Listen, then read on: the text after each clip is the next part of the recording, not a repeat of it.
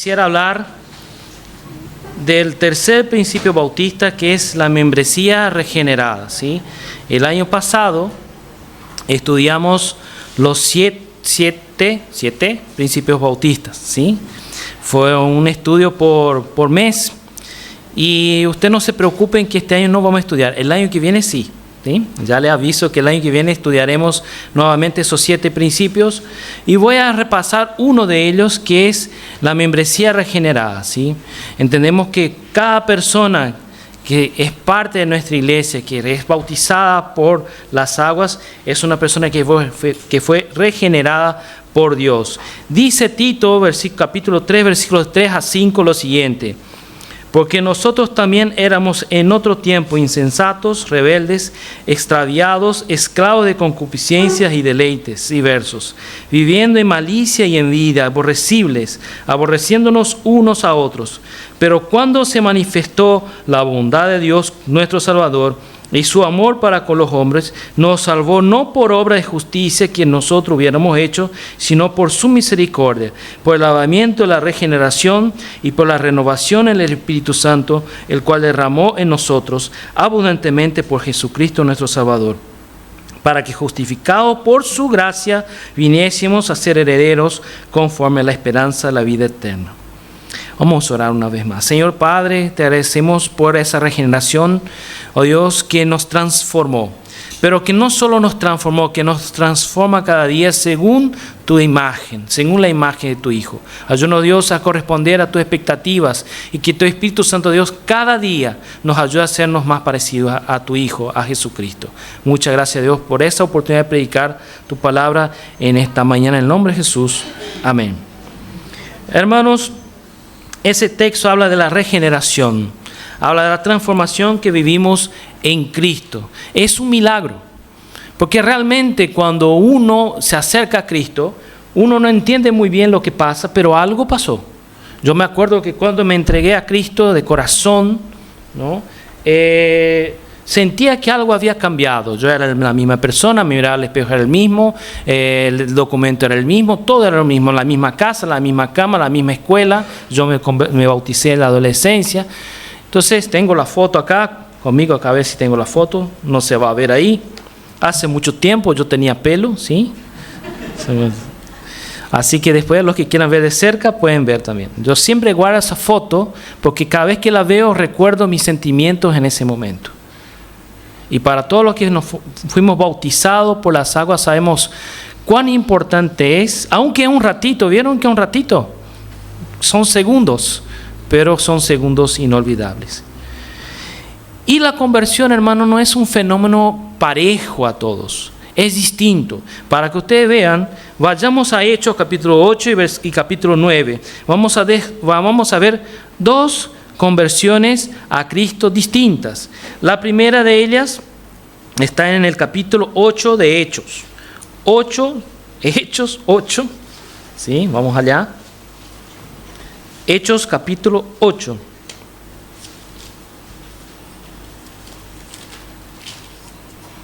Yo voy a leer la historia de Hechos 8, del 34 al 39. Dice: respondiendo el eunuco dijo a Felipe: te ruego que me digas de quién dice el profeta esto, de sí mismo o de algún otro. Entonces Felipe, abriendo su boca, comenzando desde esta escritura, le anunció el evangelio de Jesús. Y yendo por el camino llegaron a cierta agua y dijo el eunuco: aquí hay agua, ¿qué impide que yo sea bautizado? Felipe dijo: si crees de todo corazón, bien puedes. Respondiendo dijo: creo que Jesucristo es el Hijo de Dios. Y mandó parar el carro y descendieron ambos al agua, y Felipe y el eunuco, y le bautizó. Cuando subieron del agua, el Espíritu del Señor arrebató a Felipe, y el eunuco no lo vio más y siguió gozoso su camino. Una conversión, ¿no? Así, después de ir al templo de Jerusalén, el etíope no entendió muchas cosas, volvió leyendo la Biblia y en eso Felipe estaba preparado. Por supuesto, Dios le mandó a ese lugar para leer y explicar para él las Escrituras y predicar el Evangelio. de manera muy natural, muy fluida. El etíope entiende que era un mensaje de salvación y dice, ¿qué impide que sea bautizado? Y fue bautizado. Y así siguió a Etiopía solo, ¿no? con sus criados, ahí, con sus guías, no sabemos muy bien, porque le iba arriba el carro y llegó a Etiopía. Y según la tradición, fue el fundador de la iglesia cristiana en Etiopía, ¿sí? Después, si quieren buscar la historia, verán que en Etiopía hay una de las iglesias más antiguas del mundo cristiana, ¿sí? La otra conversión, que no fue así tan tranquila como la del etíope, está en el capítulo 9, luego a continuación. Veamos acá la historia de Pablo, ¿sí? Capítulo 9, versículos 3 al 6 dice: Mas yendo por el camino, aconteció que al llegar cerca de Damasco, repentinamente le rodeó un resplandor de luz del cielo, y cayendo en tierra oyó una voz que le decía: Saulo, Saulo, ¿por qué me persigues? Y él dijo: ¿Quién eres, Señor? Y le dijo: Yo soy a quien tú persigues. Dura cosa te es dar coces contra el aguijón. Él, temblando y temeroso, dijo: Señor, ¿qué quiere que yo haga? Y el Señor le dijo: Levántate y entra en la ciudad, y se te dirá lo que debes hacer. Versículos 17 a 20 dice: Fue entonces Ananías y entró a la casa, y poniendo sobre él las manos, dijo: Hermano Saulo, el Señor Jesús, que te apareció en el camino por donde venías, me ha enviado para que reciba la vista y seas lleno del Espíritu Santo. Y al momento le cayeron de los ojos como escamas, y recibió al instante la vista, y levantándose fue bautizado. Y habiendo tomado alimento, recobró fuerzas, y estuvo Saulo por algunos días con los discípulos que estaban en Damasco. Totalmente distinta la conversión de Saulo, ¿no? Estaba yendo a perseguir a los cristianos, yendo a hacer daño a la gente que creía en Cristo, y él es interceptado, ¿no? En el camino, tiene una visión, cae en el piso, y el Señor habla con él, le dice: usted no está persiguiendo a mis discípulos, sino a mí mismo, y eso no te va a ir bien si seguís en ese camino. Y él dice: ¿qué debo hacer? Bueno, entra en esa ciudad y te voy a decir lo que tienes que hacer. Ananías es enviado hasta allá, le predica el evangelio, recibe a Cristo y luego es bautizado. El opuesto, ¿no?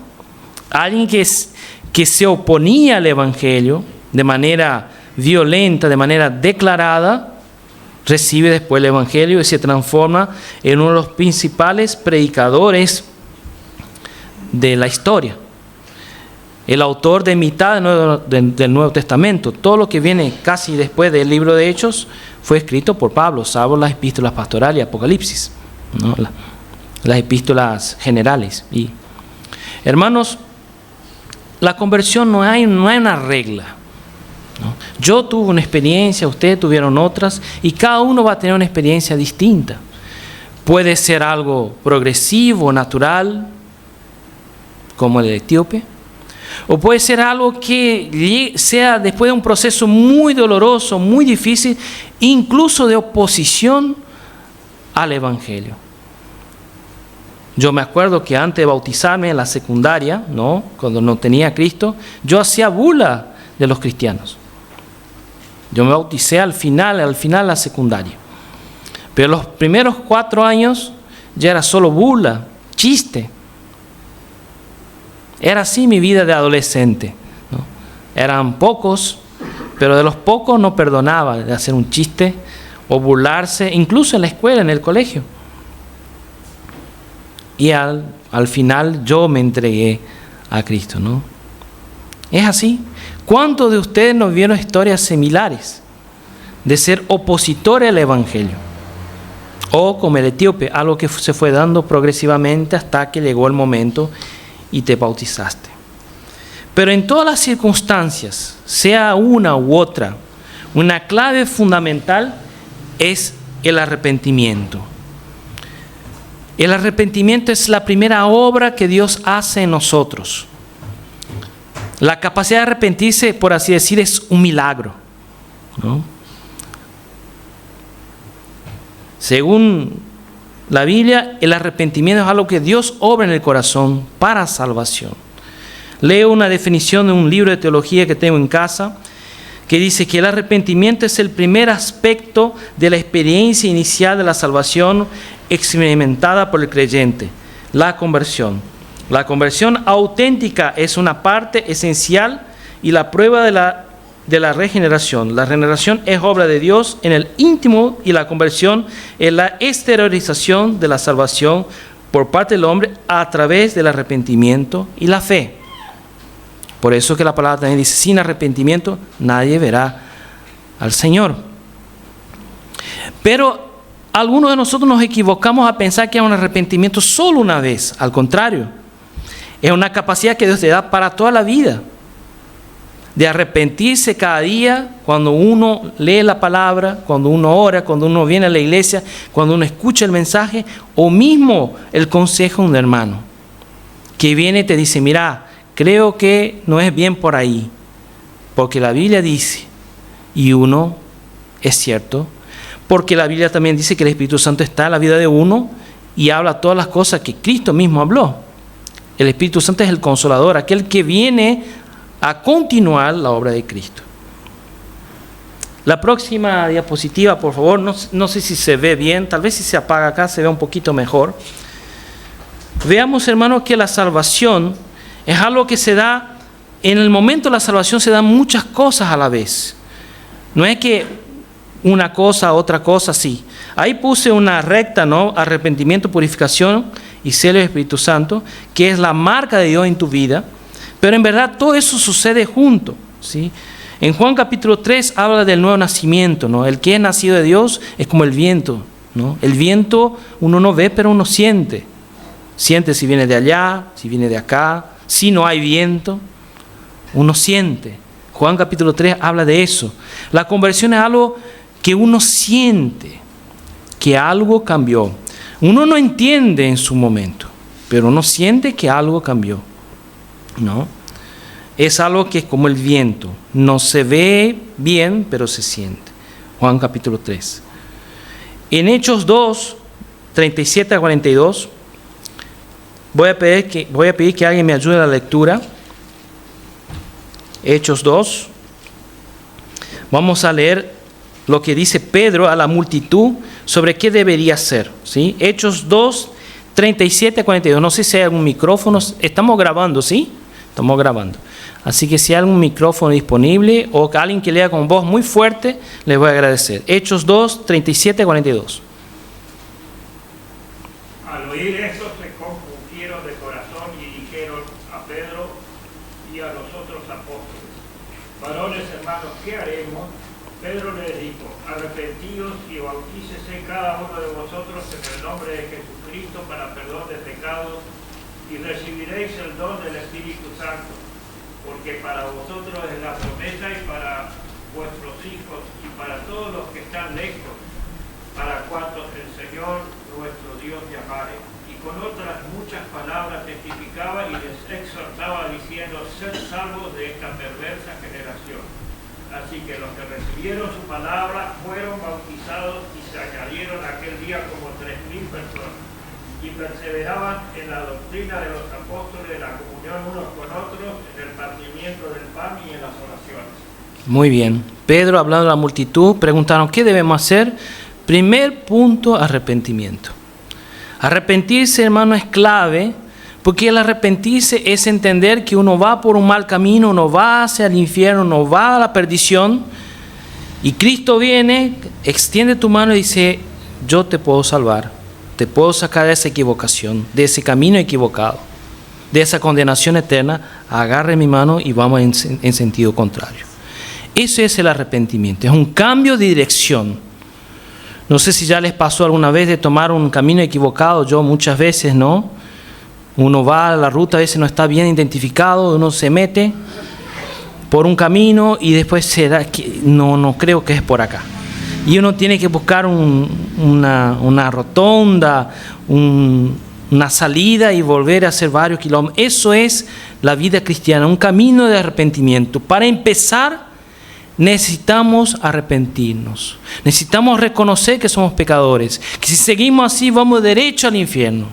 Y eso fue lo que Pedro orientó. Y luego de eso la gente se bautizó manifestando una novedad de vida, ¿no? Cuando el bautismo tiene ese simbolismo, uno muere para nacer de nuevo, y por eso hacemos de la forma como hacemos, por inmersión, para demostrar también ese sepultamiento que uno tiene en Cristo. La nueva vida, hermanos, es una vida donde somos purificados por la sangre de Cristo. Hebreos 1:3 dice, el cual siendo el resplandor de su gloria y la imagen misma de su sustancia, y quien sustenta todas las cosas con la palabra de su poder, y habiendo efectuado la purificación de nuestros pecados por medio de sí mismo, se sentó a la diestra de la majestad en las alturas. Hebreos 1:3. Y Hebreos 10:22 también dice, acerquémonos con corazón sincero, en plena certidumbre de fe, purificados los corazones de mala conciencia y lavados los cuerpos con agua pura. ¿Sí? Acá vemos que la regeneración también involucra ese lavamiento por medio de la sangre de Cristo. Cristo nos lavó por medio de su sacrificio. Nos purificó de toda maldad y nos hizo dignos de presentarnos ante el Padre.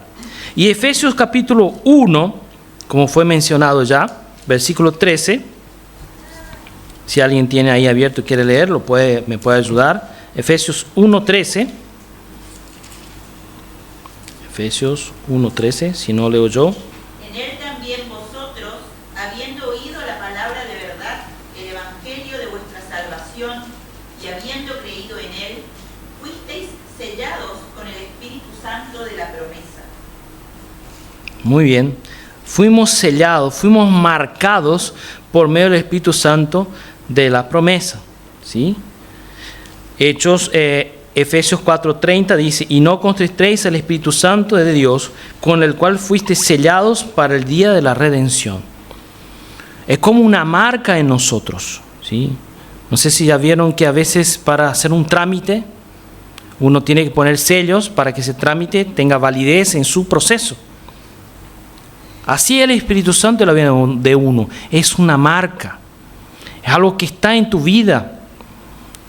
Que delante del Padre, cuando nos presentemos, va a quedar esa marca ahí diciendo, yo estuve guiando a esa persona, ese hombre, esa mujer, ese joven, ese adolescente, por toda su vida. Es la marca de Dios en tu vida. Entonces, si uno tiene el Espíritu Santo, no es posible que uno no tenga la capacidad de no arrepentirse. Es una, por así decir, lógica espiritual. El Espíritu Santo nos lleva al arrepentimiento, a un cambio, aunque algunos cambios cuesten, pero a un cambio que sea progresivo, pero un cambio, un arrepentimiento, a una novedad de vida. Eso es la nueva vida en Cristo. ¿Sí? Es algo que está presente también en la parábola más linda de todas que tenemos en la Biblia, que es la parábola del hijo pródigo. ¿Se acuerdan? Yo voy a leer acá un fragmento nomás que está en Lucas capítulo 15. Después pueden leer también, si quieren leerla toda. Es la historia de un hijo, ¿no? Para los que no conocen, que decidió irse a su casa, agarrar su parte de la herencia e irse, porque quería disfrutar la vida. Pidió de su padre la plata y se fue. No, dame la parte que me toque y me voy. Cansé de estar bajo su techo. Y ese hijo va y gasta todo.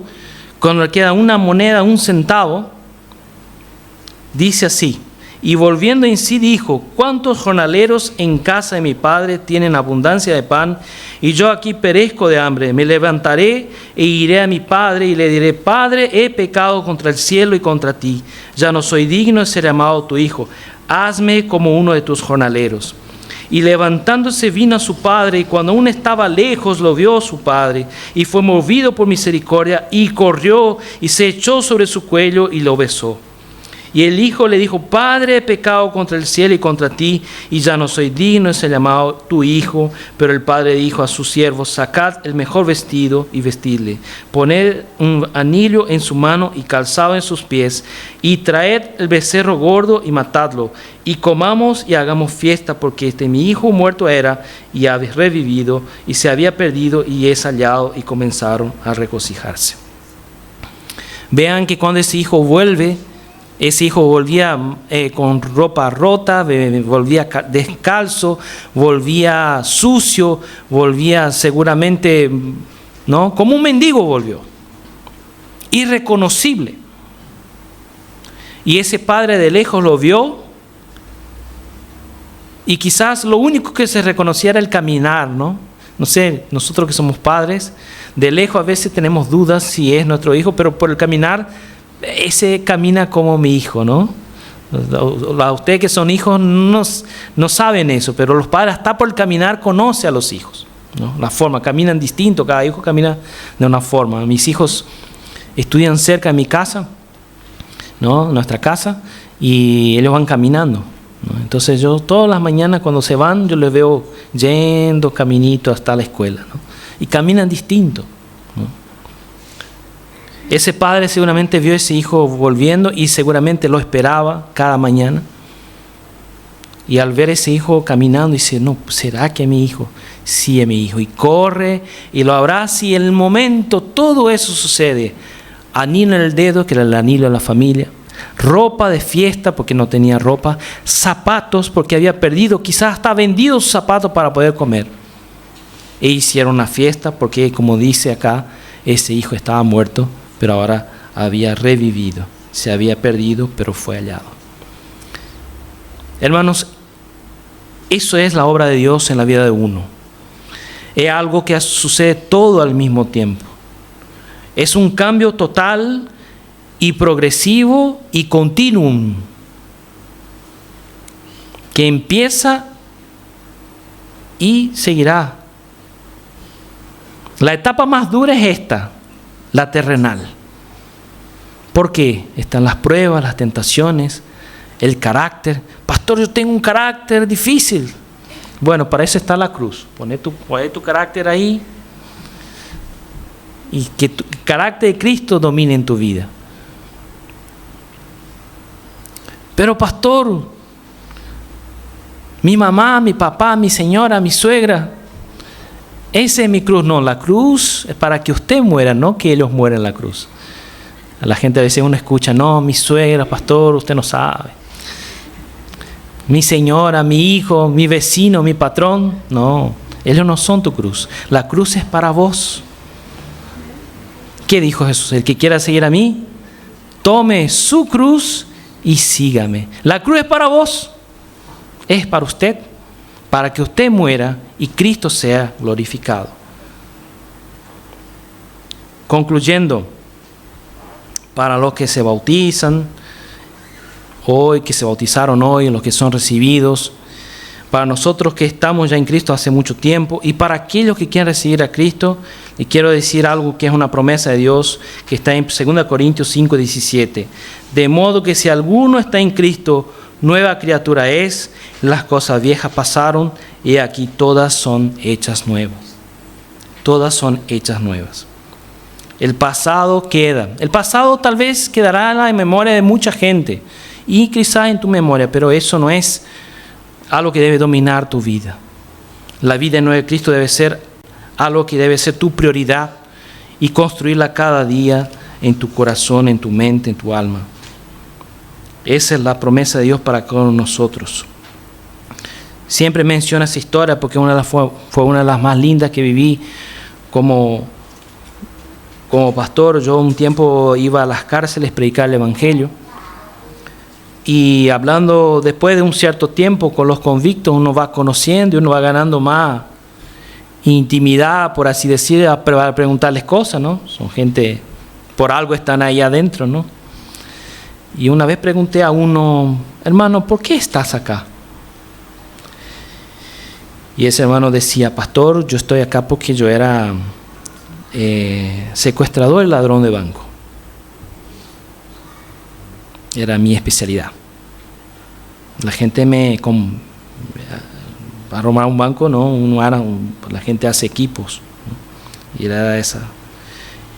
Y te digo más, pastor, yo hice muchas cosas malas. Y te digo más, solo de la mitad de las cosas descubrieron por las que estoy acá. Y con la mitad que descubrieron, yo tengo 115 años de condena. Yo no salgo de acá vivo. Pero yo soy libre. Mi alma, mi cuerpo está acá, pero yo soy libre en Cristo. Y era impresionante, hermanos, cuando teníamos los cultos en la cárcel, cómo esos hombres cantaban. Era un grupo más o menos como ese. y en todo, cuando uno se escuchaba desde afuera de los muros la alabanza de esos hombres. No eran todos, aclaremos, no eran todos los convictos que iban al culto. De los 900, 1000 convictos iba un grupo como este.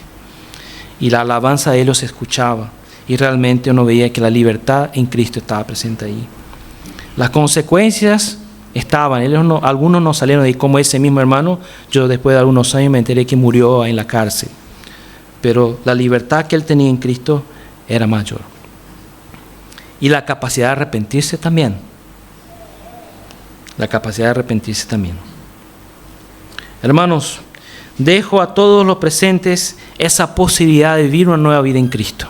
Si usted no tiene a Cristo en tu vida, no te demores, no esperes. Te puedo asegurar que la vida en Cristo es mejor. Es una vida donde el Espíritu Santo te va a guiar en cada paso. Y cuando usted se equivoque, el Espíritu Santo va a decir, mira, te equivocaste, pero empecemos de nuevo. Es una vida donde hay un manual claro, muy completo, y no es tan aburrido como parece, ¿eh?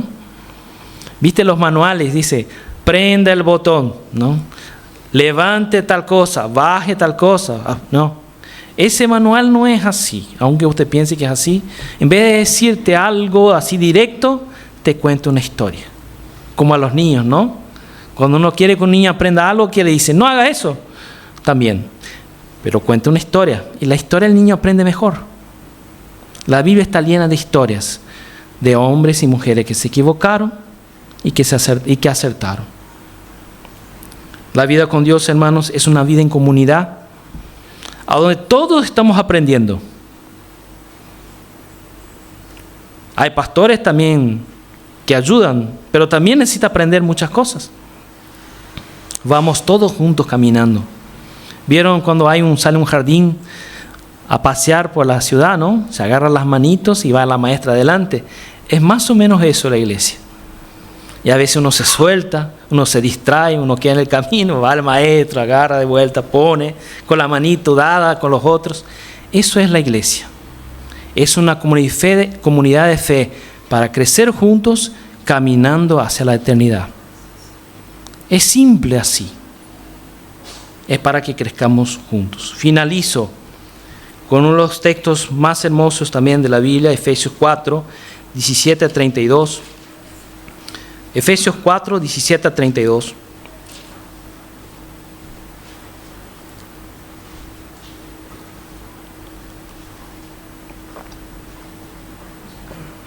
Dice así: esto pues digo y requiero en el Señor, que ya no andéis como los otros gentiles que andan en la vanidad de su mente, teniendo el entendimiento entenebrecido, ajenos de la vida de Dios por la ignorancia que en ellos hay, por la dureza de su corazón, los cuales después que perdieron toda sensibilidad, se entregaron a la lascivia para cometer con avidez toda clase de impureza. Mas vosotros no habéis aprendido así a Cristo. En verdad le habéis oído y habéis sido por él enseñados conforme a la verdad que está en Jesús. En cuanto a la pasada manera de vivir, despojado del viejo hombre que está viciado conforme a los deseos engañosos, y renovados en el espíritu de vuestra mente, y vestido del nuevo hombre, creado según Dios en la justicia y santidad de la verdad. Por lo cual, desechando la mentira, habla verdad cada uno con su prójimo, porque somos miembros los unos de los otros. Airaos, pero no pequéis, no se ponga el sol sobre vuestro enojo, ni deis lugar al diablo. El que hurtaba no hurte más, sino trabaje haciendo con sus manos lo que es bueno, para que tengan que compartir con el que padece necesidad. Ninguna palabra corrompida salga de vuestra boca, sino la que sea buena para la necesaria edificación, a fin de dar gracia a los oyentes. Y no contristéis al Espíritu Santo de Dios, con el cual fuisteis sellados para el día de la redención. Quítense de vosotros toda amargura, enojo, ira, gritería y maledicencia y toda malicia. Antes sed benignos unos con otros, misericordiosos, perdonándoos unos a otros, como también os perdonó a vosotros en Cristo. Arrepentimiento y perdón. De la misma forma que necesitamos arrepentirnos, de vez en cuando vamos a tener que perdonar, ¿no? a alguien que se arrepintió. Y eso también cuesta. Y debemos seguir, ¿no?, el ejemplo de nuestro maestro, que cuando preguntado, Pedro preguntó: Jesús, ¿cuántas veces debo pedir perdón? 7 veces. Debo perdonar 7 veces. Y Pedro, esperando una confirmación, 7 veces es bastante, ¿no? Jesús dijo: no 7, sino 70 veces 7. Y no sé si Pedro era bueno en matemática o no. Yo creo que no. Bueno, aunque él contaba los peces que sacaba del mar de Galilea, pero yo después de la 10ª no cuento más. Creo que Pedro también tampoco contaba. Hay que perdonar siempre, porque así somos cooperadores de Dios en su reino, en la edificación mutua de su iglesia. Amén.